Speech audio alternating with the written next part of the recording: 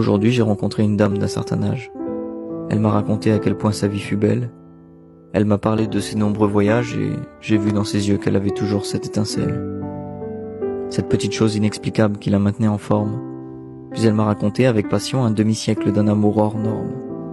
L'amour éperdu d'une femme pour son homme, avec désormais dans sa chambre, seulement la solitude qui résonne.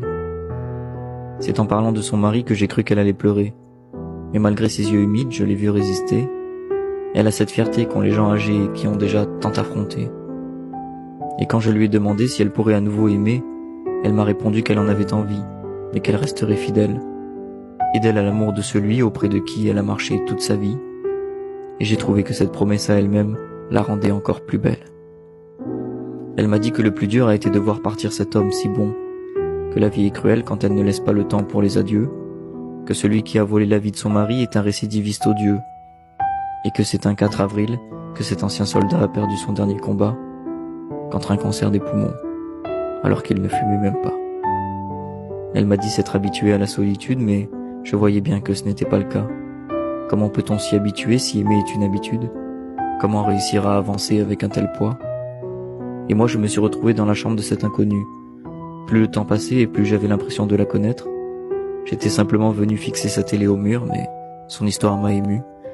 Tellement ému que j'ai écrit pour la faire renaître. Je suis sorti de la chambre quand j'ai eu fini. J'aurais préféré rester assis avec elle sur son lit, qu'elle me raconte à nouveau le Vietnam et ses paysages magnifiques, ou sa lune de miel après un mariage qui lui a semblé si magique. Alors avant de partir, je me suis retourné pour la regarder une dernière fois. Elle m'a lancé un regard qui me disait qu'il fallait aimer la vie, et j'ai compris à ce moment-là qu'elle n'avait qu'un seul espoir, s'allonger une dernière fois sur son lit et fermer les yeux petit à petit pour attendre les 12 coups de minuit, s'envoler vers cet ailleurs, rejoindre l'amour de sa vie, lâcher une dernière larme, comme pour dire merci, et après des années d'attente, ne plus avoir peur du noir, un dernier sourire plein de charme, en guise de dernier au revoir.